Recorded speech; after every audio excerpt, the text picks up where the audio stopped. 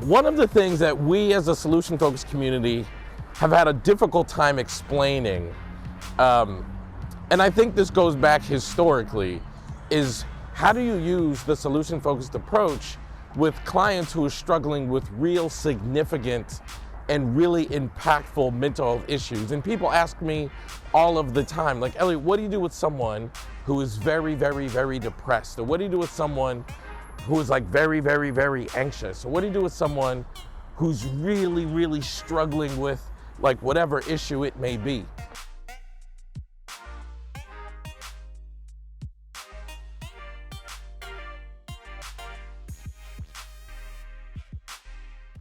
Because I think we fear that if you're doing solution-focused brief therapy, you're inherently ignoring the problem and thus not addressing the issue that the client has brought to you. And in some cases, the issue the client has brought to you is significant, it is severe, and it is having a dynamic impact on their lives in a negative way.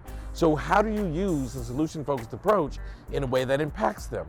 That's actually a very difficult concept to explain. And as a field, I'm not sure we've done a really good job of explaining it. And this past weekend, I was on a plane actually, and I was sitting and thinking about this concept. Someone had asked me this question while I was out in LA, and I was just thinking, how do I make this clear?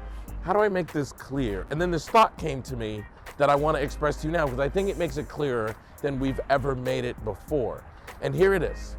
Now, whenever you have someone that has been struggling with something significant, and let's just say for the case of this example, depression. Now, I'm gonna be honest with you, I've had depression. I struggle with depression sometimes in my life currently. And there have been times in my life where the depression was so significant that it took every fiber of my being. I had to call on every molecule of strength inside of me just to get up and get dressed. So when someone is like super, super, super depressed, they are simultaneously equal parts strong.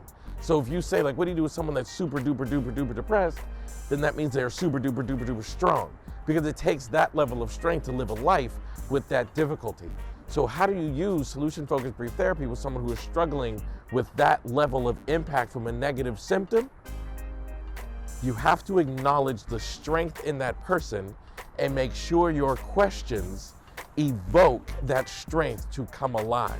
You have to remember that every single person that's carrying a heavy weight, they have like a strength, like a muscle, like a resiliency that's allowing them to carry that heavy strength.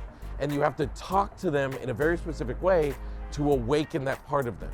So for example, if someone says, you know, I've got serious depression, I can't get out of bed, I want you to ask them, how did you manage to get out of bed today? Wake up and get dressed and find your way into my therapy office. That's gonna wake them up a bit. That's gonna remind them that it wasn't by coincidence that I got up and got dressed. It wasn't by coincidence that I got to this therapist office. It was actually by me calling upon and drawing upon my strength. Like, client struggles are not to be run from when you're using solution-focused brief therapy. Solution-focused does not mean problem-phobic. So if my client brings up the problem, I'm gonna run from it, and I'm not supposed to talk about it because I do solution-focused therapy. Problems coming up in the therapy office is your opportunity to remind your client how strong they are inherently and all of the things that they have accomplished in spite of their struggles. And if they can become more aware of that strength that has allowed them to accomplish things in spite of their struggle, then it's not that difficult to them to imagine themselves accomplishing that much more. It's not that difficult for them to imagine taking one more step further. It's not that difficult for them to imagine themselves going a bit beyond and living a life where they have taken over the problem and become their best selves. I think people fear, like, solution-focused brief therapy, can I solve the client problem? I'll be honest with you, I don't know if you can solve the client problem, but that is not actually the point. The point is, can we make it so the client's problem is no longer running their lives? Instead, the client's strengths is running their lives. And when you're doing that, then the client is gonna have a different existence and the therapy will be highly, highly effective. So how do you use solution-focused brief therapy with someone who's struggling with severe mental health issues? By remembering that if they have severe mental health issues, that means they have an equally level of significant strength. And it's our job to ask questions that call upon that so the client can live their lives from their strength and not their problem.